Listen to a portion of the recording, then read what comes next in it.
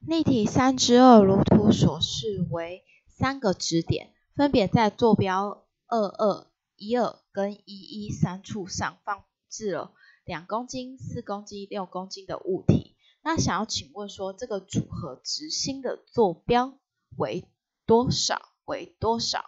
好，那我们可以用表格整理，就是每一个质量它的位于的 x、y 坐标是多少，然后我们去算。好，那它的 x 坐标的话，其实我们的分母就会是所有的质量相加，所以就是2加4加6。那分子呢，就是自己的质量乘上个别的坐标。例如说，我现在求的是 x， 那就是自己的质量乘上自己的 x 坐标，就是2乘2，再来就是4乘1，再来就是6乘1，然后把它们全部加起来，所以我们就可以得到7/7是我们的组合直心的 x 坐标。相同的 y 坐标一样，分母就是所有的质量相加起来12。那